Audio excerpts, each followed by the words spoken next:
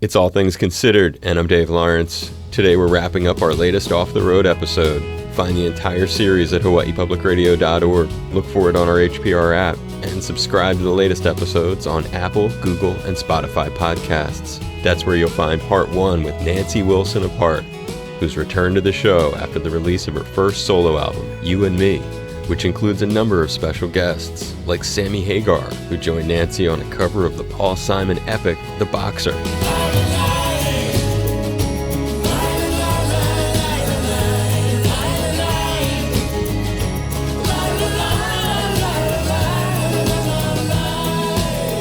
It's Nancy Wilson Apart on Off the Road. How far back do you go with Sammy? I go really far back with him. We were on all kinds of bills together. A friend of my husband for even longer. They were both from the Marin County area. So when I got together with Jeff, which is now about 10 years ago, we got married actually at Sammy's beautiful restaurant called El Paseo in Mill Valley, which he no longer owns, but he did us up, gave us the family rate because he was so close with Jeff. And he was the one guy at the wedding crying in the audience. He was the one like bawling. So I almost lost it. I almost started to cry during the poem we were reading. But then my son, Billy, the time was 12. He saw me almost crying and he started to back up a little bit and he knocked over like a tray of silverware on the floor. So it was like, it sounded like something that would be sampled, from a cartoon. He was like, I'm so sorry. And I was like, no, it's okay. He actually saved me from crying, because everybody had to laugh. Anyway, Sammy was there. It was his place. It's great you mentioned Billy. I was just thinking about that. Your twins, now 21 years old. They are 21. Curtis and Billy. What are they up to? Well, Billy is going to Loyola. So he's still studying screenwriting like his birth father did. I got to actually see him for the first time in a year because we're all vaccinated now at a restaurant we used to go to outdoors, of course. Now being 21, he ordered his first cocktail at a restaurant and we all had a big cheers and it was really great to see him. Curtis still is kind of in lockdown in Montreal because Montreal, you can't get in and you can't go out. So we Zoom.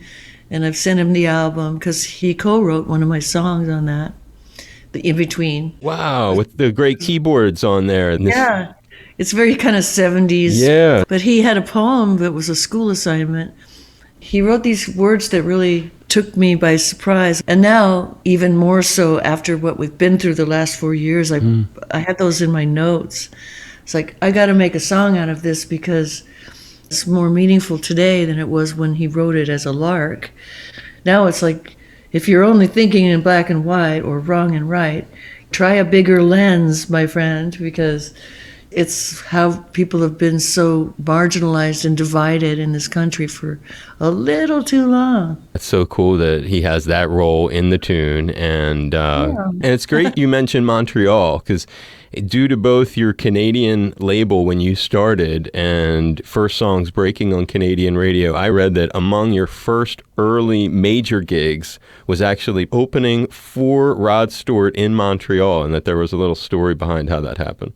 Oh, for sure. That was our first big stage experience because Montreal had been playing Magic Man, I think, playing it on the radio, and we had been up around Vancouver playing in a dinner club called Lucifer's, where they had all these these stupid rules. Like there was a posted sign on the wall in the dressing room that said, matching uniforms are suggested, no chewing gum, no swearing on stage, the more disco the better, and no navels shall be seen. So so we were really like, because we were rebellious rockers. And from the stage one night, Anne commented on the dinner. They had those big silver bins with the sterno heated food, right? So one night she goes, well, I hope you like the food because I thought it tasted a lot like Lysol myself. We were immediately fired, like, you're out of here. But lo and behold, we had a phone call same day to see if we could come across the continent to Montreal to open for Rod Stewart in a couple of days.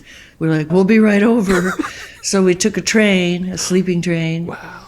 And a couple of days later, we were in Montreal, and we played that show. It was huge, some kind of big performance place. And when we started with Magic Man, they lit up their lighters because they knew the song, because they had been playing it there unbeknownst to us. So it was like one of the most thrilling moments, being on a big stage, being super nervous, and then being welcomed with a constellation of lighters. Wow. Out of this big audience. It was like, oh my God, this might work out after all. That's funny when you say that about that moment of realizing, wow, this might work. It's a great moment to think about that, because here you are doing your first ever solo album after this entire career that sort of enabled it, set you up for it. When you think back to that era, were there other moments when you first realized, wow, Heart is actually going to take off? This is going to be a full-time thing for us. It just kind of started to snowball with the first record, region by region.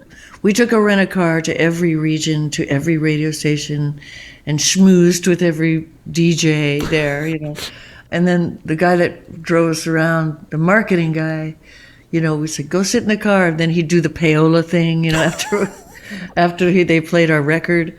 We were actually like Coal Miner's Daughter, if you've ever seen that film. Yeah. We went to every radio station and camped out basically to get our album played. But it was working region to region. Like New York was the last place that ever liked Heart. But finally we won them over, but not without all the legwork. Right, it sounds like it. Like Cal Jam 2, do you remember that? We just had Ann on the show last week, and Ann and I were talking about that, and we were wondering if there was a bigger show that you guys had ever done than that one. I don't think so. I mean, there were a sea of faces that went beyond the horizon. The pressure was really on, and you had to kind of train yourself to look larger than life. You wanted to raise your arm and your fist and kind of flail around in a big sort of... You danced a lot. I've watched the video of you. It's great watching you dancing around on the stage at that. I call it rocker size. Yeah. That's so funny.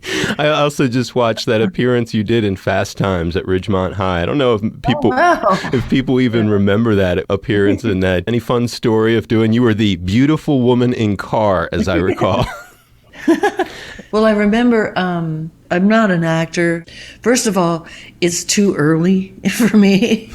And second of all, I didn't know how to act, but I knew I had to laugh at the guy in the other car. So what I thought of was, at the time I had a convertible Thunderbird Continental kit porthole car, just like in American Graffiti. It was the same car. And in the back window, the dog that I had at the time was a little fluffy dog. If I turned a corner, she would slide across the back. And so I could see her in my rearview mirror as I was driving forward, and then turn, and she'd kind of slide back the other way across my rearview mirror. It cracked me up every time. So that was the image I put into my head in order to think of, like, okay, what's going to make me laugh realistically when I'm kind of looking at this guy in the Ponce de Leon hat, Right. So that was my actor's moment where I pulled it off successfully. You did, and a cool moment too. Not a lot of people might even know about. It's Nancy Wilson of Heart back on Off the Road, talking about her new album, You and Me, and a whole lot more with us. And we're so grateful that you would do this, Nancy. All right. Yeah, well, Dave, I can't resist. I appreciate it. I hope you had fun again, Nance. Oh, absolutely, every time. And fingers crossed everything goes good for your big symphony show you've got coming up. That show's going to stream live on July 9th from Seattle. So we can watch it, you're saying? You can watch it, yeah. We you can be part of it. Exactly. Well, thank you again.